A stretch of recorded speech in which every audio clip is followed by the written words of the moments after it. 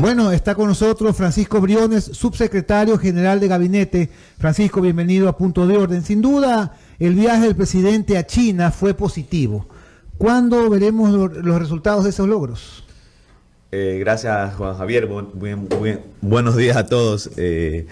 Me parece y estoy convencido de que ya los estamos viendo, tener la donación de vacunas adicionales para poder seguir ayudando a la población en la reactivación, ya tener mesas instaladas en los temas financieros, en los temas de deuda, ya tener una fecha para poder conseguir un tratado de libre comercio con la China hasta finales de este año, creo que también es algo importante. Entonces, en resumen, estoy convencido de que ya los resultados están. Ya lo que estamos avanzando son con mesas técnicas, viendo los detalles, aterrizándolos, pero el hecho de haber conseguido la apertura para tratados de libre comercio, mejoras en las condiciones financieras y de créditos y de petróleo para el país que nos ayuden a conseguir más recursos, más vacunas, entre otros, ya son ganancias para el Ecuador y que vamos a seguir sacándole el jugo en los próximos meses. Pregunta del público, ¿cuánta deuda se necesita tomar este año? A ver, la brecha de financiamiento está entre 7.000 y 9.000 millones de dólares todavía, por eso es importante poder seguir reduciendo la brecha fiscal que nos ayuden a evitar tomar deuda. Lamentablemente, solucionar el problema fiscal no es una tarea fácil, es requiere bastante esfuerzo, requiere bastante sacrificio, requiere bastantes medidas desde el punto de vista de los ingresos como de los gastos, y toma tiempo. Si se hiciera mucho más radicalmente, tendríamos un desastre social, un grave problema económico, mucho peor si es después de una pandemia. Entonces, más bien estamos tratando de hacerlo de la forma más eficiente, de la forma más correcta, de la forma que menos afecte a la ciudadanía, pero alrededor de 7.000 millones de dólares es lo que se tiene que tomar casi que cada año para poder cumplir con las obligaciones de deuda y para poder también cerrar el déficit fiscal. Francisco, ¿qué pasó con el proyecto de ley de inversiones que el Ejecutivo aún no ha enviado a la Asamblea Nacional? Mira, tal vez se chocó, se contrapuso con no se contrapuso, se traslapó con la visita del presidente a China. El presidente como ustedes saben, estuvo una semana y media prácticamente fuera del país con los ministros de producción, el ministro de finanzas, el secretario de alianzas público-privados, y en ese sentido no era tan conveniente dejar una ley presentada sin que los principales voceros y representantes del gobierno y expertos en la ley estén fuera del país, ¿no? Entonces ya está la ley finalizada, está cerrada. La próxima semana, entre el lunes y miércoles, es lo más probable que se entregue al Congreso, a la Asamblea Nacional, la ley. Saludamos a Priscila Altamirano, Monserrat Marriott, Jaime Levet, Hernán Navarrete, que están en sintonía de Punto de Orden por Radio Centro. A su vez a Francisco Briones, subsecretario general del Gabinete, a quien estamos entrevistando. La semana pasada justamente comentamos en este programa que la percepción general es de que es positivo el viaje del presidente Lasso a China. Lo que se ha escuchado después lo confirma, lo que nos está usted informando también. Pero hay un asunto que también es una expectativa ciudadana, que es que los contratos que se hicieron de grandes obras con compañías estatales chinas en el gobierno del presidente Correa y que se han denunciado como mal hechas o con sobreprecio o que no están terminadas o con defectos de una u otra índole, sean corregidos, porque de lo contrario esa percepción negativa de esta relación con China va a mantenerse. Y este tema es un tema que no está siendo muy bien explicado por el gobierno. La semana pasada se entrevistó aquí al vocero del gobierno, Carlos Gijón. Él comentó que más bien la percepción era de que el error era de parte de los gobiernos que contrataron del Ecuador, no tanto de China, pero en todo caso al ciudadano le interesa es que la obra funcione, se haga bien y no tenga sobreprecio. Así que pregunto, esa parte de la agenda, ¿cómo se está desarrollando? Mira, llevamos vamos por partes, ¿no? Tratando de rescatar las relaciones con el gobierno chino y con la economía de China, que es algo importantísimo para el Ecuador, y sobre todo por la gran complementariedad que tenemos en el ámbito comercial. Es un gran demandante de alimentos y Ecuador es un gran proveedor de alimentos en el mundo. Entonces, nos va a ir bastante bien lograr que nuestros productos, camarones, pitahaya, banano, etcétera, pescados, entren con beneficios a la China. Luego tenemos el tema financiero, que es urgente para el tema de los recursos, para poder liberar el petróleo que está atado a las contratos de crédito. Y poder vender mejor precio el petróleo para ganar más plata el Ecuador y poder seguir solucionando el tema fiscal.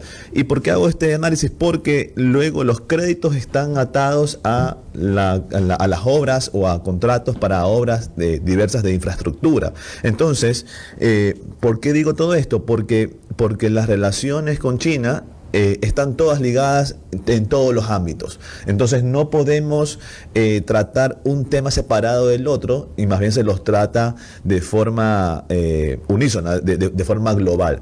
Entonces, ¿por qué hago toda esta introducción y esta reflexión? Es para llegar a tu punto en cuestión de las obras, ¿no? Es también relevante, y dentro del tema del financiamiento y dentro del tema petrolero está también cómo se van a estructurar este tipo de obras. Y ahí quizás lo que yo quisiera hacer un énfasis, lo más importante será luego cómo se controlan y cómo se estructuran los contratos. Y algo que nosotros hemos evidenciado y que hemos detectado es que hay una gran debilidad en la estructuración y seguimiento de contratación pública y de obras, como la que tú has mencionado. Y para eso es que, entre otras cosas, estamos haciendo una reforma sustancial y profunda a todo el tema de alianzas público-privado, que básicamente fueron una figura en la que de una u otra manera funcionaron ese tema de con concesiones, con alianzas público-privadas y demás delegaciones al sector privado. Y en la ley que vamos a enviar la próxima semana a la Asamblea Nacional hay una nueva ley de alianzas público-privados que reemplaza completamente a la anterior, en la cual lo que procuramos es dotar y fortalecer el rol del Estado en el control, en el seguimiento, en la fiscalización y demás de este tipo de obras de concesión o con financiamiento externo. Esto no lo había escuchado. La próxima semana está previsto que se presente un proyecto por parte del Ejecutivo respecto justamente de esta alianza público-privada. La ley de inversiones tiene varias patas, tiene varios elementos, ¿no? Y uno de los elementos más poderosos que tiene esa ley es la reforma completa o una nueva ley de alianzas público-privadas. También la creación de zonas francas. La creación de zonas francas, la reforma al mercado de valores, y un tema que a mí me genera mucha expectativa y mucha esperanza para el país, el tema de la digitalización de trámites, el tema de poder avanzar en realmente, de verdad, de poder avanzar en cómo se hacen los trámites más sencillos, cómo se mete tecnología a los servicios públicos, en cómo se van relegando el uso de papel, el uso de firmas físicas, porque esto le da mayor dinamismo a la economía, mayor dinamismo a la construcción, mayor dinamismo a los trámites que tienen los ciudadanos con el Estado. Ese puede ser un proyecto de ley muy importante para ir corrigiendo una serie de deficiencias que hay en algunos ámbitos de la economía. Por ejemplo, ahora que has mencionado el tema de mercado de valores, estamos viendo pues todos estos casos que han habido, que han afectado a muchas instituciones, más allá de que hay ahorita, por ejemplo, esfuerzos para que se fortalezcan las entidades como la Bolsa de Valores de Guayaquil, tiene también que haber una mejora en las normativas, para que de esa manera los controles no permitan que ocurran casos tan escandalosos como el IFA, pues que ya es un asunto que sorprende por la magnitud del perjuicio. Y además, ¿a quién se lo han hecho? Que es a la propia policía. Es correcto. Y lo que buscamos con eso es, tal vez es una reforma media compleja, un tema medio complicado, un tema bastante técnico, pero ciertamente fundamental para canalizar ahorros a largo plazo, para canalizar inversiones, para canalizar también lo que se conoce como la desintermediación financiera. Porque inclusive bajando costos, ¿no? Es correcto, financieros. Es que eso me iba a referir. Normalmente la forma más conocida de financiamiento por parte de la ciudadanía es el banco, ¿no? Pero luego el mercado de valores es otra forma de financiamiento en donde tú puedes adquirir otros tipos a través de otros instrumentos, también financiamiento para tus negocios, financiamiento para crecer, financiamiento para diversas actividades, con otras condiciones que podrían ser en ciertas condiciones más o menos favorables que la otra. Entonces, al final del día es darle más opciones a la ciudadanía, más opciones a los empresarios, más opciones al sector productivo de poder financiar sus recursos. Y algo importante aquí es la integración a la Alianza del Pacífico y lo que eso implica es tener una sola bolsa regional, una sola bolsa que en su momento el Ecuador también, como estamos en este proceso de adhesión a la Alianza del Pacífico, tendríamos que ser parte de y adherirnos allí, ¿no? Entonces, ese es otro tema también que estamos buscando y para lo cual también se proponen estas reformas. Estamos conversando con Francisco Briones, subsecretario general de Gabinete. Bueno, el gobierno presentó el día de ayer 20 clústeres de sectores productivos del país para apuntalar la competitividad. Nunca más otro Yachay, dijo el ministro de Producción, Julio José Prado, y añadió que el país debe impulsar a los segmentos que ya existen. Cuéntanos sobre esta presentación de estos 20 clústeres. Mira, es una visión bastante novedosa, es bastante moderna, que está imprimiendo el Ministerio de Producción, liderado por el ministro Julio José Prado, que está haciendo un gran trabajo para el gobierno.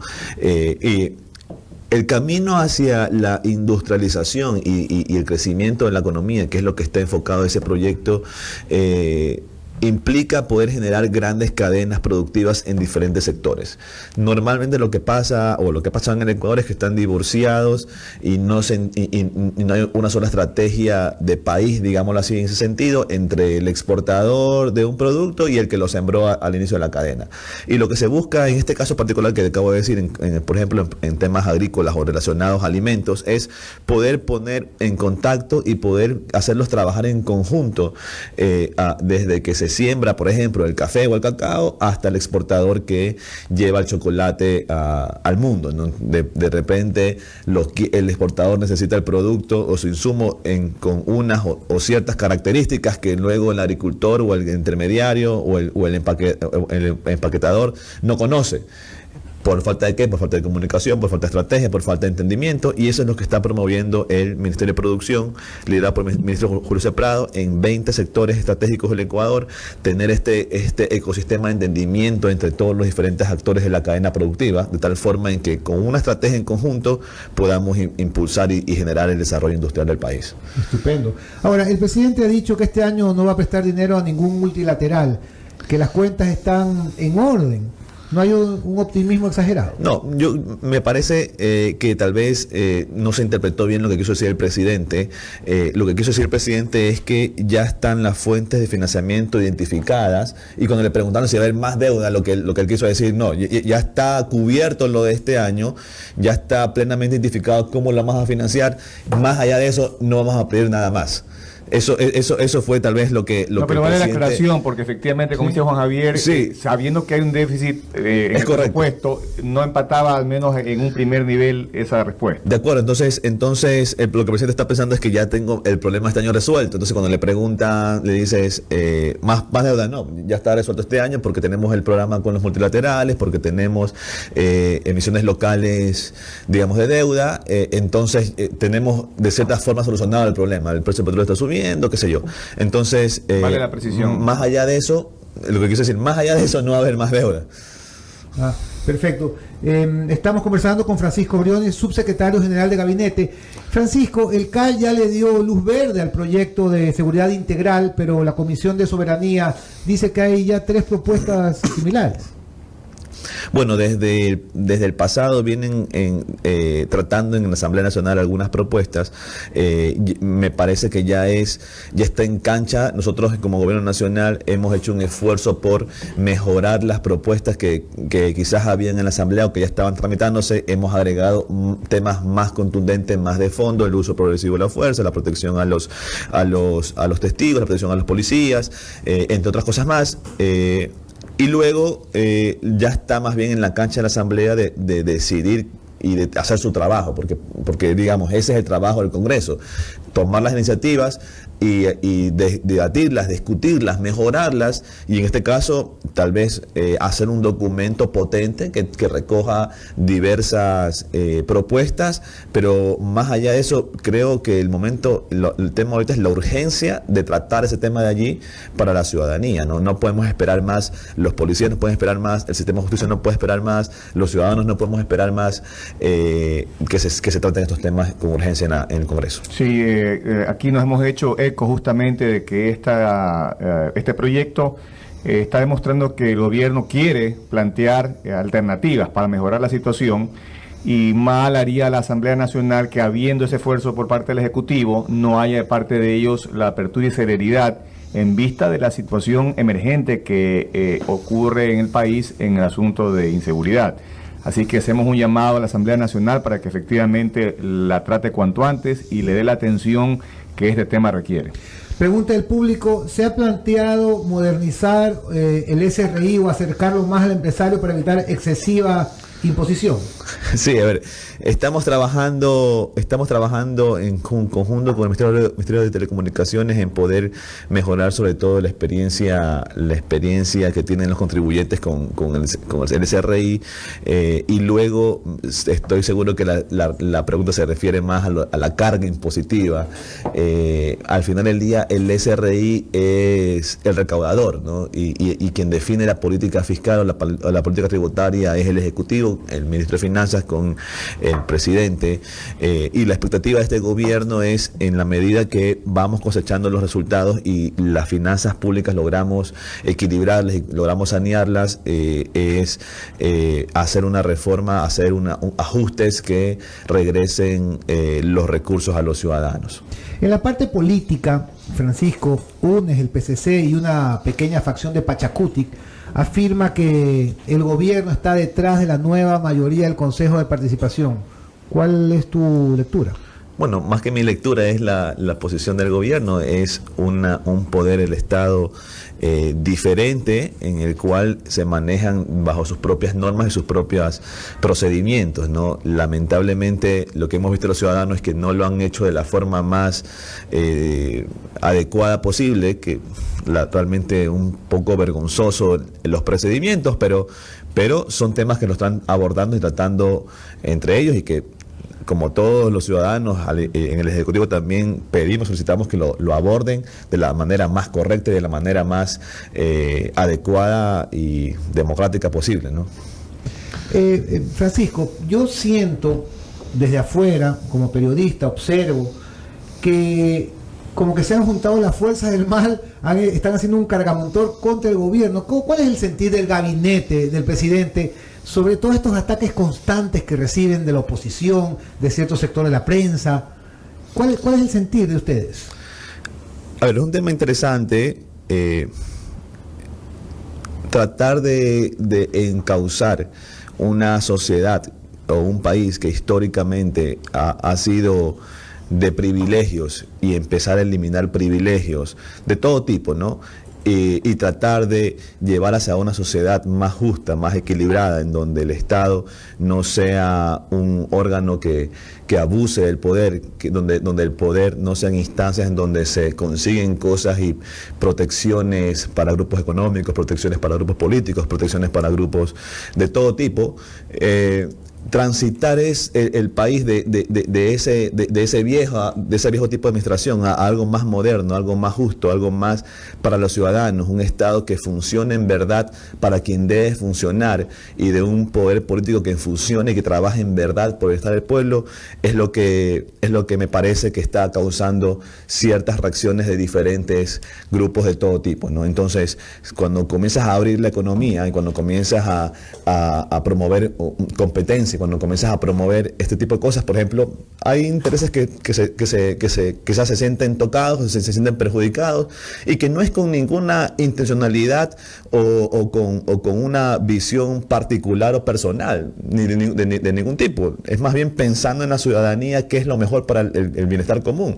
Cuando empiezas por otros lados en temas políticos a dejar que las cosas funcionen o promover que las cosas funcionen con independencia, también se sienten otros tipos de poderes amenazados. Entonces, sabemos, y la ciudadanía no sé si conozca, pero me vale la pena destacar que el Consejo de Participación Ciudadana es el que establece algunas autoridades que luego tal vez se ven lejanas, pero que sí inciden en la política y en la vida de la gente. El CNE, el Contralor, diferentes autoridades que son luego las encargadas de vigilar que se usen bien los recursos, de vigilar que el Estado sea defendido en buenos términos, de vigilar que las elecciones sean correctas y no sean parcializadas, sean imparciales. Entonces, cuando esos poderes se empiezan a tocar y pareciera a los que históricamente han tenido el control, sienten que ya no lo van a poder controlar para sus fines y propósitos, es cuando tú ves que comienzan a suceder todas estas cosas. Entonces, al final del día, yo sí te digo, en el gobierno estamos esforzándonos por tratar de efectivamente que las autoridades respondan al pueblo, que sean autónomas, que sean independientes, que la economía se abra, y todo esto al final del día causa este tipo de reacciones. Más preguntas del público. ¿Cómo va el tema de venta de activos del Estado que no deben estar manejando, por ejemplo, los canales de televisión, las radios, empresas o bienes incautados? Mira, un tema interesante porque cuando uno hace las cosas que debe hacer para sanear y fortalecer la imagen y los resultados, los libros, las cuentas de todas estas instituciones, luego aparecen estos otros mismos intereses que te digo, que se sienten tocados a denunciar que se quieren vender o se quieren hacer las cosas a precio de gallina enferma, ¿no? Tú me has preguntado por el tema de los medios, pero similar al tema es el tema Banco Pacífico. El mismo problema es instituciones que han sido abusadas, que han sido desinstitucionalizadas, que han sido debilitadas, que han sido realmente perjudicadas. El gobierno lo peor que podría hacer es venderlas en esas condiciones, porque si las llegase a vender en esas condiciones, si es que hubiera interés en esas condiciones, lo que tocaría es básicamente regalar un bien que no debería ser tratado de esa forma, ¿no? Entonces, es lo que se está haciendo con los medios estos tiempos, es lo que se está haciendo con el Banco Pacífico estos tiempos, es fortalecerlos para lograr sacar el mayor rédito posible de una posible venta, de una posible traspaso del sector privado, de tal forma de que se puedan seguir financiando los servicios para los ecuatorianos. Bueno, una pregunta más del público. ¿Qué van a hacer para rebajar la carga de gasto público, achicar el Estado en general? A ver, lo estamos haciendo. Una de las cosas en la ley de inversiones que se incluye, te decía, es APP, es alianzas público-privados, es digitalización de trámites, entre otras cosas más. Lo que te quiero decir con eso es que parte de llevar un Estado obeso a un Estado eficiente es poder ir combinando la inversión pública con la inversión privada, es decir, equilibrando fuerzas allí para que no tengan que el Estado hacer todos los gastos, todas las inversiones, sino que también pueda compartir riesgo, y por otro lado también ir reduciendo la cantidad de trámites. Lo más allá o además de los beneficios para el ciudadano de trámites eficientes de un gobierno digital, es que, como en cualquier proceso productivo en una empresa, al tú digitalizar más las cosas, entonces requieres menos manos, menos horas hombre, ¿no? Entonces al final del día, si tú logras digitalizar muchas actividades del Estado, logras simplificar procesos y logras hacer el Estado más eficiente, más pequeño, más delgado, y lo pones en forma. Sobre esto, Francisco, la respuesta, claro, es de que lo están haciendo, pero la ciudadanía piensa que no lo hicieron suficientemente bien este año, porque finalmente en el presupuesto del Estado hubo un aumento en el gasto público, y entonces vienen además nuevos impuestos a ciertos sectores, y ahí es que se crea esta percepción de que no está haciendo el gobierno lo suficiente.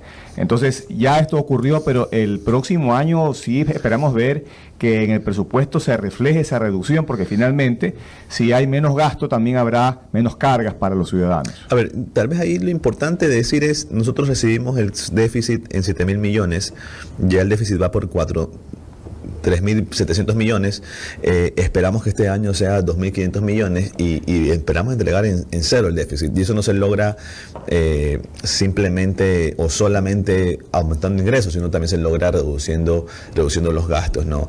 Entonces, sí han habido esfuerzos.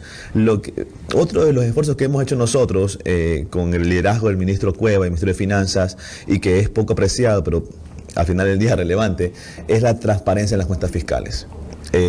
Al final del día, alguien tiene que hacer las cosas y asumir los costos, ¿no? Y nosotros pudiéramos haber continuado esta tradición de ocultar gastos y de luego a mitad del año subir en 15% o en 10% el presupuesto de la nada y acabar el año con un mega déficit. Pero la decisión de este gobierno, indicada por el presidente Lasso, ha sido: transparentamos las cuentas, porque la única forma de evidenciar realmente dónde van a estar los ajustes fiscales y cómo realmente hay transparencia en el uso de los recursos fiscales es teniendo un buen balance, un buen presupuesto, bien ubicadas las cuentas. Entonces, ya no engañar a la ciudadanía diciéndole que al inicio del año en el debate que el presupuesto, el déficit son 3.000 millones, pero terminas el fin del año con el déficit de 5.000 millones.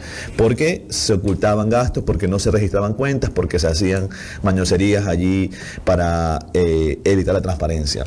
Entonces, son cosas que son necesarias, que hay que hacerlas y que luego se van a ver tal vez de forma más eficiente o evidente los resultados. Pero en línea con eso, el día de hoy justamente en una entrevista al canciller, cuando le preguntaron en Ecuavisa sobre la información reservada respecto de la deuda con China, que implica ciertas garantías con el petróleo, y que era importante que se diera a conocer, el canciller pues básicamente contestó que eso tiene que darlo a conocer el ministro de Finanzas. Así que más bien aprovechamos, porque sí hay una expectativa de que esto salga a la luz pública, porque fue un tema criticado por muchas personas y por el mismo Guillermo Lasso cuando era candidato. Y claro, sí es una expectativa de que esta transparencia también se pueda reflejar en estas contrataciones que se percibe que tienen componentes que no convienen al país, ¿no? De acuerdo, sí, por proteger intereses de ciertas personas, los contratos fueron estructurados de una forma que son perjudiciales para el Estado. No creemos que el problema está con el gobierno chino, creemos que el problema fue con las personas que estructuraron el contrato y que generaron cadenas de intermediación y de transporte a través de fletes de barcos para poderse hacer con varios dólares por cada barril de petróleo. Y cómo fue la forma en que protegieron eso de allí es poniendo cláusulas de confidencialidad a los contratos que lamentablemente al día de hoy nosotros, mientras no podamos ponernos de acuerdo con las partes del contrato en liberar esas cláusulas, sería ilegal, por decirlo así. Lamentablemente sería ilegal hacer algo que más bien suena que es bastante legal y correcto, ¿no? Entonces, en eso estamos, y esas fueron las conversaciones en China, de poder, el presidente lo ha dicho, eliminar todas estas partes intermediarias, las que están de más, porque intermediarios tienen que haber, pero eliminar todo eso que está de más, toda esa grasa, para poder sacar beneficio los ecuatorianos. Solamente les digo algo para que ustedes o la ciudadanía cachen qué es esto de los intermediarios. Normalmente a ti te descuentan, y nosotros hemos conocido, sabemos que el precio del petróleo WTI es el marcador del precio del petróleo ecuatoriano, y que luego el precio del petróleo ecuatoriano suele ser más bajo porque hay un castigo, un diferencial. En las fórmulas de los contratos y de esto está el diferencial. Pero estos intermediarios, ¿qué es lo que hacen? Cobran un diferencial adicional por calidad. Es decir, nos descuentan 2 veces el descuento de calidad del petróleo, y ese diferencial que le llaman de calidad adicional es el que se llevan esta gente. Entonces, eso es lo que estamos tratando de eliminar. Mira, Francisco, al finalizar la entrevista me piden que se fijen en el gobierno en la calidad de la gasolina versus el precio, que no ha habido ningún cambio y se perjudica al usuario. De acuerdo, estamos trabajando en eso. La última vez que vine aquí lo comenté. No quiero sonar a que decimos muchas cosas y no lo estamos haciendo, pero hemos avanzado muchísimo en ese tema de allí. Es un tema complejo, es un tema que requiere bastantes negociaciones, que requiere bastante transparencia, y hemos estado trabajando mucho con las empresas importadoras de combustibles para definir un cronograma en la cual ellas van a empezar a traer combustibles de mejores calidad al Ecuador, y espero yo en las próximas semanas, meses, poder... En camino, excelente el trabajo de Francisco Briones. Lo dice Mauricio Zavala y me adhiero a su opinión. Gracias, Francisco, Gracias. por esta entrevista. Antes del